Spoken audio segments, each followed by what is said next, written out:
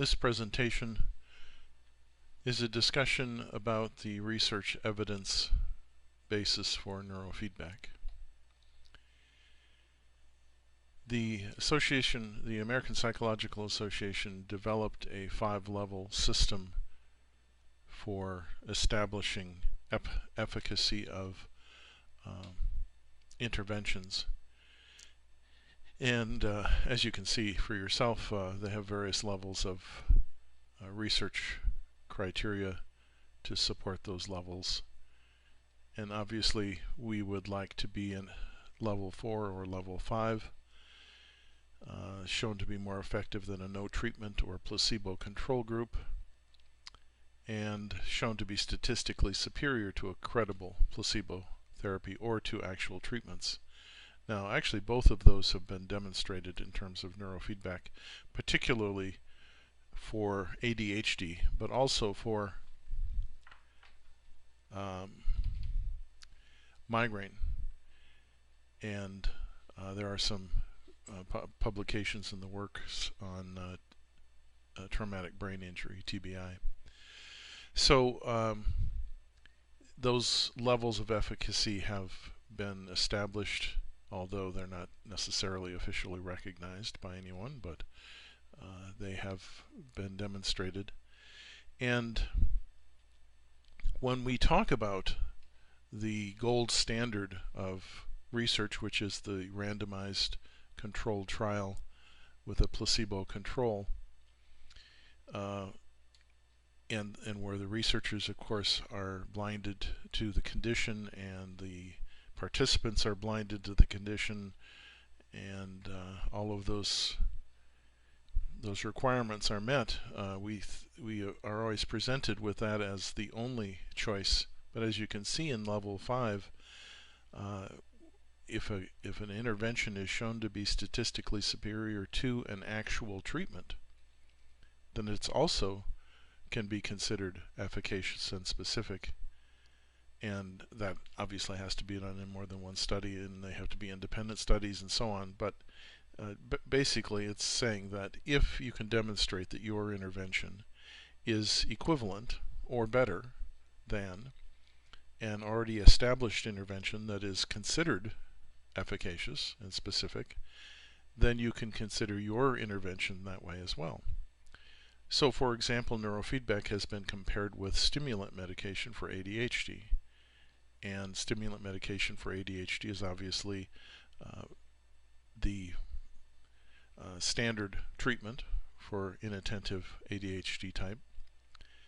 And to compare neurofeedback to that and to get the same or similar results, or possibly even better results, would indicate that the intervention is at least equivalent to a known effective intervention. And that's what's been done with neurofeedback in comparison with stimulant medications, and that's also been done with neurofeedback in comparison with migraine medications, which are known to be efficacious, at least in some cases. So lots of studies have looked at research. There's been research about research, and one of the questions that has been raised about medication research is the comparison of an active medication to an inert placebo, a placebo that doesn't do anything. And the contention is that because you have an active medication that produces effects of some sort or another, and possibly has side effects, such as unwanted effects like dry mouth, for example, something simple, or possibly digestive upset, or constipation, or sexual dysfunction, or some other more worrisome effect from the medication, that effect itself, which is an unwanted effect, but a common unwanted effect of that medication, would alert the participants, at least those who are taking the active medication, not the placebo. It would alert them to the fact that they are getting the active medication, and the contention is that would elicit a more pronounced placebo response in that group, whereas the group that was receiving an inert placebo that didn't produce any kind of effect at all would not have that alerting effect. And so these individuals who raised these questions suggested that an active placebo be used, something that caused similar effects like dry mouth or constipation or something like that, and that be used as the placebo in comparison with an active treatment. And when that has been done, and it has been done several times and published clearly, and this is a meta-analysis of that, of some of that work at least, it was discovered that there wasn't much difference in the outcomes from the placebo group compared to the active treatment group.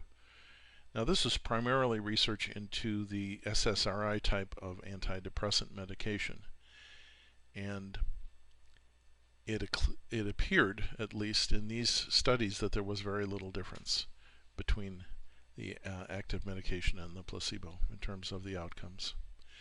Now, the problem we get into when we are looking at these kinds of drug studies is, how do you measure whether somebody is still depressed or not? You give them a questionnaire, or you give them some sort of a standardized instrument that evaluates that. And the problem with most of those instruments is they are subjective to a large degree. There really isn't much in the way of objective testing that you can do. You could test the amount of time that they're out of their house. You could test the amount of time they're interacting with other people. You could check, you could assess the when they get up in the morning and how active they are during the day. So those would be more objective tests, but most of the questionnaire-based approaches, even if they're validated in some way, they still are fairly subjective.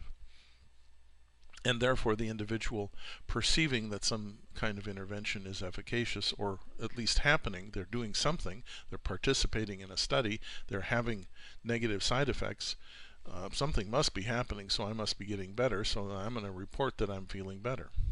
So those are concerns about the randomized placebo-controlled trial. And so keep those in mind when you're analyzing those sorts of studies, and when people make criticisms of neurofeedback for not having those same kinds of types of studies available. This is a comparison between outcome studies and randomized controlled trials, finding that the results were fairly similar. The results of well-designed studies do not systematically overestimate the magnitude of the effect of treatment as compared with those in randomized controlled trials on the same topic. So again, this is an observation, an overview of multiple studies, comparing them, studying the same kinds of things in the two techniques. And here's another example of that. Again, showing some fairly high levels of consistency between the two types of studies. In their conclusion, however, was that non-randomized studies were more likely to show larger treatment effects. Now, this was true, or potentially true, in one of the studies testing neurofeedback against stimulant medication, because the parents were allowed to choose which cohort their child was involved in. And so the fact that they were choosing to be in the non-medication part of the study might predispose them to more positively report the effects of that study, because they probably had a bias against medication and for some other alternative. So that certainly could bias the outcome. The thing about randomization is that it's pretty easy to do. Randomization simply means that of the participants that are there for the study, however you recruited them, they're randomly placed in either the active treatment group or whatever other condition is being used, waitlist control or active placebo or whatever. So randomization is not a difficult thing to do. The difficult thing to do in a behavioral medicine study is the placebo control. Because it's very difficult to give a person an inert training protocol. If they're getting any kind of training at all, it's likely to have an effect. It's also very difficult to blind the practitioner to the technique being used, because the practitioner has to be knowledgeable about what's happening, and if they're knowledgeable about what's happening, they're going to be able to tell which clients are receiving the active intervention and which clients are not receiving an active intervention. And there have been various attempts to address this issue, and I was involved in a study with Parkinson's where we replayed a saved session of their EEG from the previous week. So I would record their EEG one week and play that back to them the next week. And so, for all intents and purposes, they were getting randomized feedback of some sort, but it wasn't based on anything they were doing at the time. It was just based upon an old recording. The truth of that particular study was that pretty much everyone had figured out which group they were in by about the 6th week. We were doing 2 sessions a week, and by about the 6th week, most everyone had figured out if they were in the active treatment or the placebo group. Simply moving around in your chair should produce some sort of result if you're hooked up to a physiological monitoring instrument, and they all knew that, having never been told that, of course, but they figured that out pretty easily because any reasonably intelligent person would. So, but randomization is easy to do, and we did that in that study, but the placebo control is tricky. So again, they're equating an observational or outcome study with a lack of randomization. And certainly with an observational study, you certainly could use randomization, as I mentioned. And yes, that's true that there is the possibility of selection bias if you're not using randomization. Another finding in some of these research studies into types of research was that there are differences between the observational studies and the randomized controlled studies that differentiate between the types of populations that the outcomes can be generalized to.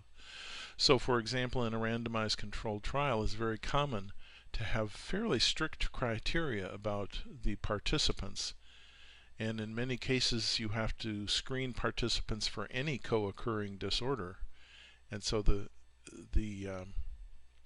a certain homogeneity among the people that are participating rather than being sort of more representative of the general population. They are people who uniquely, probably to some degree, have one condition and not anything else.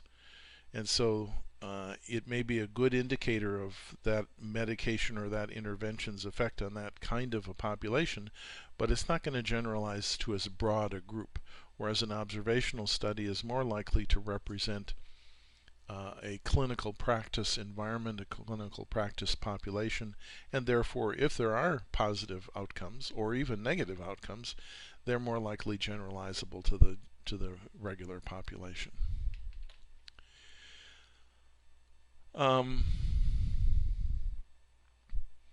So observational studies are very useful. Observational studies are helpful to determine what kind of interventions might be appropriate for a further study within a more rigorous randomized controlled trial approach. It can also identify components of the study process or environment or situation or approach that might be modified to make it more efficacious or easier to blind, or essentially just fine-tuning so that it is an easier study to do and easier to see the differences between the outcomes from the randomized controlled trial and the observational study.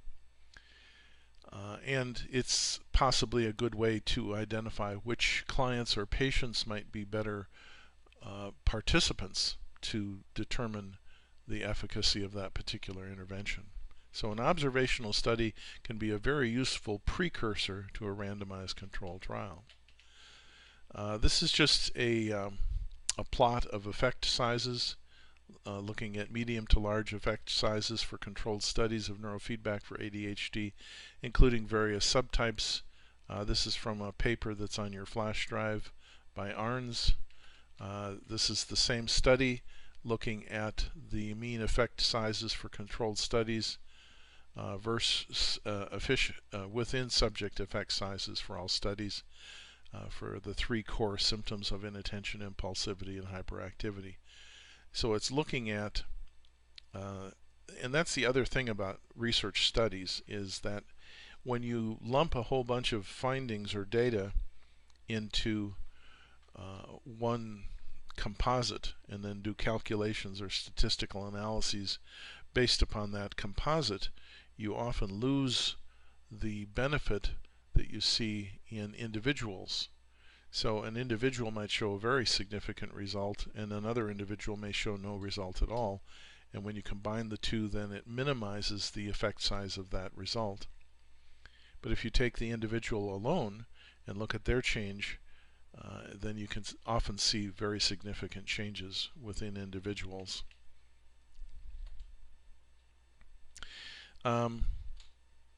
Different organizations have different perspectives about biofeedback and neurofeedback. This is the CHAD, it's the ADHD or ADD main organization, and in the recent past they were very negative about biofeedback, but recently they have, as recently as 2005, have labeled ADHD treatment by neurofeedback to be possibly efficacious or at a level 2, which of course is not stellar, but it's better than saying it's a waste of time, which they had done in the past. There are other biofeedback studies that we can look at that study other areas of interest in addition to ADHD, so let's take a look at some of those. Here's an fMRI study. It's a type of, similar to an fMRI, it's not exactly an fMRI, looking at neurofeedback changes in white and gray matter, pre and post neurofeedback. Now, of course, they're claiming it's neurofeedback induced, but of course we can't claim that. This is just the change that has occurred post-training, but we don't know that it's actually because of the neurofeedback.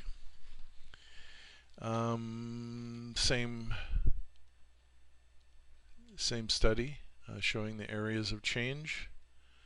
This is a comparison. Actually, this is simply an observational study of a group of 37 migraine clients, a clinical outcome study that used both biofeedback and neurofeedback. The biofeedback intervention was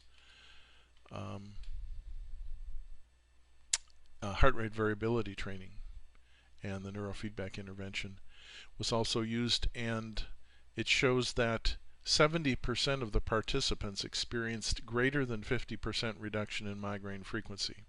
So they are having fewer migraines. And 45 of them experienced greater than 75% reduction in migraine frequency. So those are pretty significant changes in migraines. And this corresponds with my experience clinically as well. This is a study from Jonathan Walker, also studying migraine clients, showing that after a year of follow-up, 54% of the individuals had complete remission of their migraine symptoms, and 0 of the drug cohort had complete remission of their migraine symptoms. So 54% of the QEEG guided neurofeedback group had complete remission of their migraine symptoms after a year, which is highly significant. 39% had greater than 50% reduction, whereas 8% of the drug group. About 4% had less than 50% reduction, 24% of the drug group, and 68%, although it's hard to read that number, of the drug group had no change. They're continuing to use their medications, but the frequency of their migraines and the intensity of their migraines hasn't changed. Here's a study looking at the ability to do a suturing task, a surgical task. These are surgical residents, I believe, who are practicing the surgical task. And the nice thing about this study is it's looking at a comparison between two different types of neurofeedback training. There's a lot of criticism of neurofeedback, or has been a lot of criticism, saying, well, it's simply the effect of, it's kind of the white coat syndrome.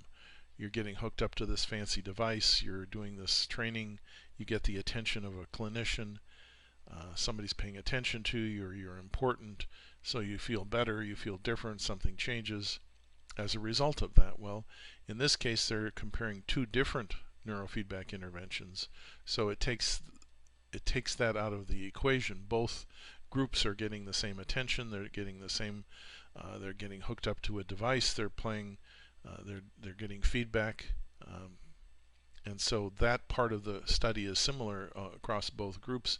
And the difference is in the actual intervention and whether it is appropriate for that particular task. In this case, they're talking about a motor coordination task and a motor learning task, and so training the 12 to 15 hertz, also called the sensory motor rhythm, over the sensory motor cortex should have a positive effect on the ability to do this task, and in this case, in this study, that seems to be the case. Whereas compared to the alpha theta training approach, which isn't specific to a motor coordination task, that was not as effective. And the control group had no change essentially at all. Same study showing the same results. Now this is another study comparing multiple neurofeedback interventions, showing again the specificity of the intervention is important. This is a musical group. These are individuals who are high-functioning musicians and are in a conservatory environment, and they were tested at the beginning of the school year and then at the end of the school year following their normal course of study plus these other interventions. And the videos of them performing were rated by blinded raters who did not know what intervention they had participated in, and they had ratings based on various standard rating scales that are used in the musical industry, and you can see that their musical performance was significantly improved with alpha theta training, but not with SMR training. These were already proficient musicians. They didn't need motor coordination improvement. Beta 1 did not produce any improvement.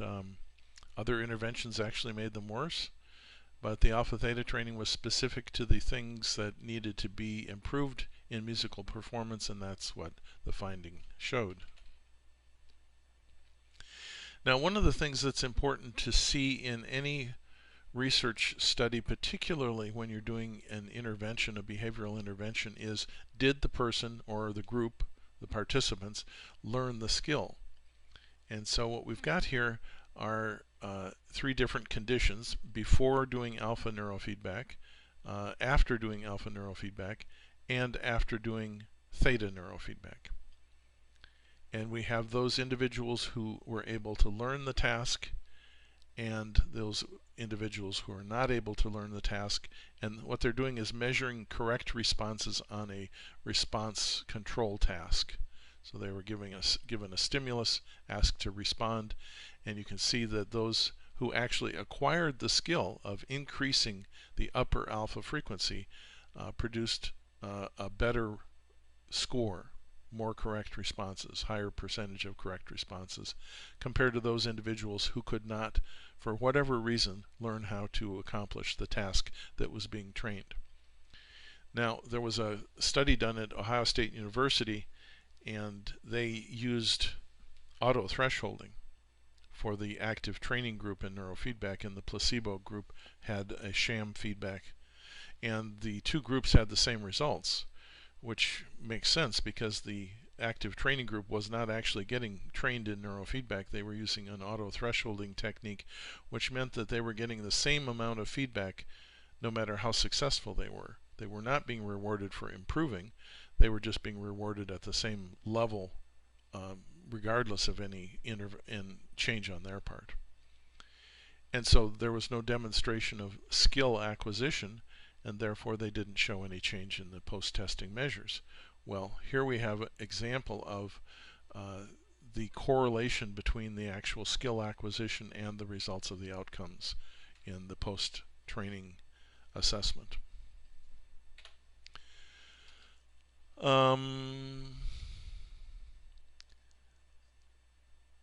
This is another study looking at the number of correct responses in the control group, and at the first test, and then the control group at the second test. I'm sorry, the dark colored bar is the first test, and the light colored bar is the second test. So those who had been trained with SMR improved significantly, and those who did not improve significantly. So this is the number of errors. I'm sorry, this is the number of correct responses, this is the number of errors. So an improvement in correct responses and a significant reduction in errors. This is pre and post neurofeedback training, obviously, theta and SMR training. This is a study looking at the number of correct responses, the percentage of correct responses in that same study, graphed a little differently. They also showed improved recall following the SMR training. So this is just simply omission errors and hits, and this was recall. This is putting accuracy. This is the accuracy of a person putting, playing golf essentially. And what they did was they measured their EEG, and then they correlated the EEG patterns that they saw with successful putts. And so then the second part of the study, they would monitor the person's EEG, and when they had produced that pattern that was associated with successful putts, the researchers would give the person a cue, and the person would then putt the ball, and this showed a significant increase in putting accuracy as a result of this feedback. So those are some studies looking at the effect of training with neurofeedback. The other thing that we want to talk about is the use of the EEG for an assessment, as an assessment tool. And this is the type of EEG assessment that we're going to be using in our class tomorrow when we do our comprehensive assessment. It's called the theta to beta ratio, and this is a discussion of the types of studies that have been done looking at whether the theta to beta ratio can be used to assess ADHD. And this is actually this metric, the theta beta ratio, has been approved by the FDA as a metric for assessing ADHD. Now, it's not a standalone assessment. It's something that's used in conjunction with a comprehensive assessment, clinical interview and questionnaires and other approaches, but it is a valuable and useful adjunct to other assessment techniques. This assessment approach has been used in multiple studies, and there have been lots of different criteria in these studies, different participants, different clinicians doing the studies, different environments, different equipment, and they're all coming out with essentially the same results, which suggests that the results are pretty robust. This is one of the best studies, and this is the study you're going to be, you should be reading tonight, this evening, along with watching this video. This is the Schneider study, and this is looking at three things: sensitivity, specificity, and overall accuracy of an assessment tool. So it's comparing the theta to beta ratio on the left here with all of these questionnaire-based approaches to assessing ADHD. Sensitivity represents the ability to pick out everyone who actually has ADHD correctly. Specificity is the ability to screen out those who don't have ADHD, so the ability to not identify individuals as ADHD unless they actually have ADHD. And so then the third is the composite, and gives us an overall accuracy score. And so we see that we've got 87% sensitivity. We pick up 87% of those individuals known to have ADHD, and we screen out 94% of those individuals that are known to not have ADHD. Successfully screen them out for a composite score of 89%. Now, none of these come even close. If we look at the Connors rating scale revised, the parent version of that, we're picking up 78% of the known ADHD population, but at the expense of identifying 86% of the non-ADHD population as being ADHD.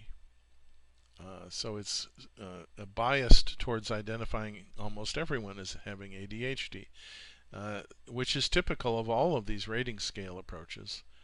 The only one that doesn't do that is the teacher rating scale, which is somewhat more accurate, although it misses a lot of ADHD students or participants.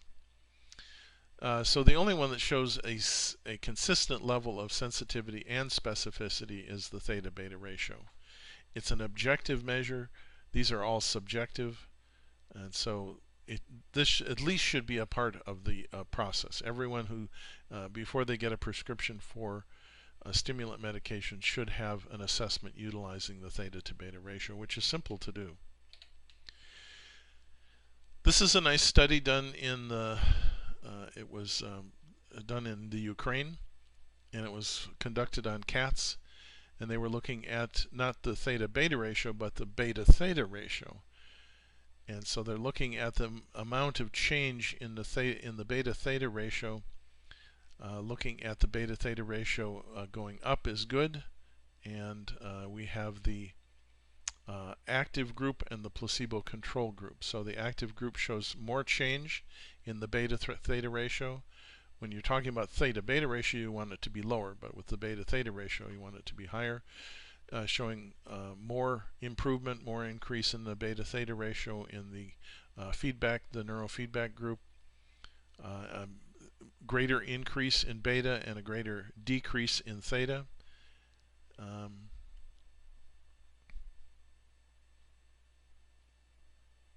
Lower values of theta, I should say, in the across the entire study in the feedback group. And also they measured the activity of the ventral tegmental dopamine neurons and found that with the treatment group they had significant increases in the production of dopamine. Now, this is an interesting study for a variety of reasons. First of all, it was done with cats, and as we all know, cats don't care what you think or what you want. They do what they want, and the only reason they would change their beta theta ratio is if they had some incentive to do so.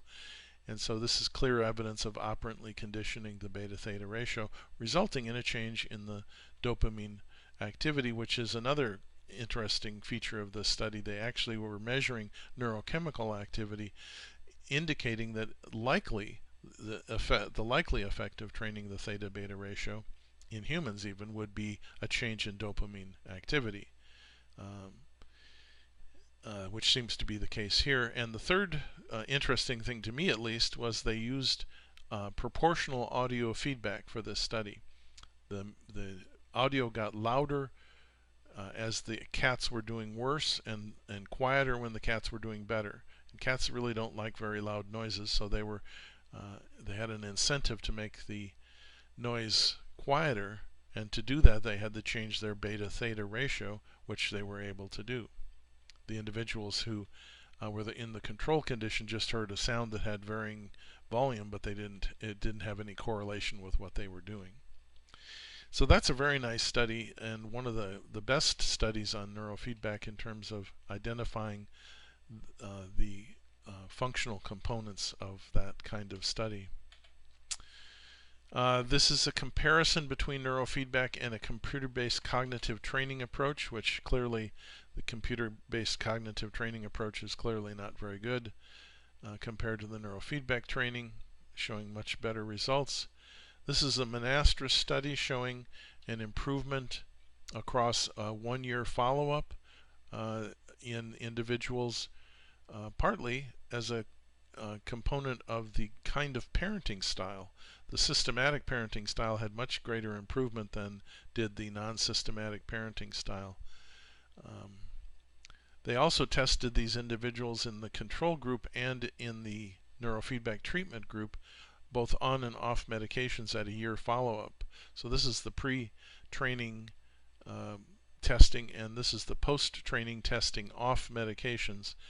And we can see, and this is off medications in the pre-test as well, we can see that there's a significant decrease in errors in the post training neurofeedback group off medications, whereas the medication group had improvement in their behavior, but only when they were on the medication. This shows that the improvement in behavior and ability to respond correctly was significantly greater in those individuals that received neurofeedback. This is just a study of slow cortical potentials indicating individuals' ability to acquire the task and to hold that ability after 6 months of follow-up. This is a study of medication versus neurofeedback, obviously indicating very similar results in the neurofeedback post-testing and the medication post-testing. Again, this is EEG biofeedback and cognitive retraining in adults with mild traumatic brain injury and attention deficit hyperactivity disorder, showing individuals with both types of conditions and showing improvement in the neurofeedback group. Neurofeedback training in autism showing improved cognitive function and improved social interaction. This is a comparison between autism spectrum and Asperger's, showing a significant difference in findings. However, their caveat was that this Asperger's group was very small, the autism group was very large, so it's difficult to extrapolate this to the general population of both Asperger's and autism clients. Fibromyalgia neurofeedback showing a decrease in the impact of fibromyalgia from neurofeedback, a lasting decrease. This is a chronic pain study showing significant changes between the control group and the chronic pain group. This is not a treatment study, this is just a Loretta study showing the differences, indicating that EEG through Loretta analysis can be useful as an assessment tool for research. So these Loretta images are taken from the surface, the 19-channel surface EEG, and plotted through a mathematical algorithm that creates the what's called the inverse solution. So it can identify the location subcortically of the cortical surface EEG. This is a study that looked at the efficacy of neurofeedback for executive and memory function in dementia patients.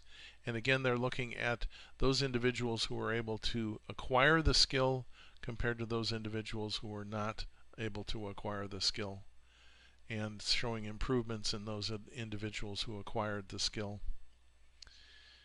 Same study, they did lots of testing with these folks showing improvement in the treatment group compared to the control group. This is an inattention study looking at the results from multiple studies. Now this is a study looking at just the diffusion tensor imaging results from blast injury individuals, showing mostly white matter effects, and these are the effects that were observed that were unexpected in those individuals. This is a study I was involved in Minneapolis in the 90s, looking at blast injury related cognitive deficits in individuals from mostly the Vietnam and Korean War era.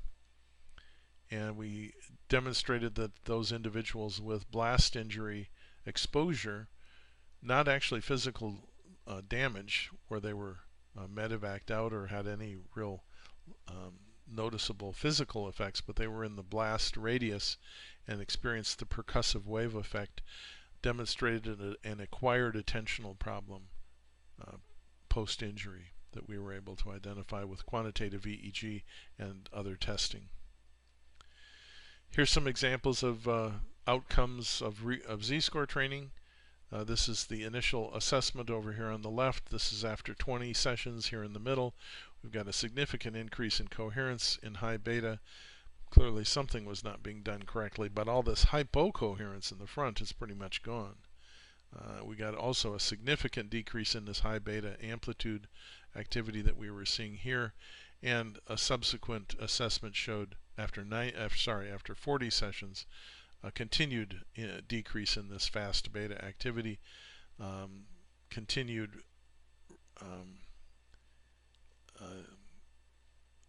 change in the coherence values, and also significant changes in the phase lag abnormalities. Here's another pre-post Z-score training. You see the excess fast beta, particularly the beta and fast beta high coherence, hypercoherence, pretty much completely resolved in the post-training assessment. So this is a paper on your flash drive, evidence-based practice in biofeedback and neurofeedback, showing levels of efficacy by condition, and so you can read that on your own, but I call your attention to that because they've gone through the various types of concerns and levels of efficacy, and several of these areas have achieved a level 4 efficacy. So that's the end of that presentation, and I hope that you understood it, and if you have any questions, be sure to write them down and bring them to class tomorrow, and you can review this presentation at any time.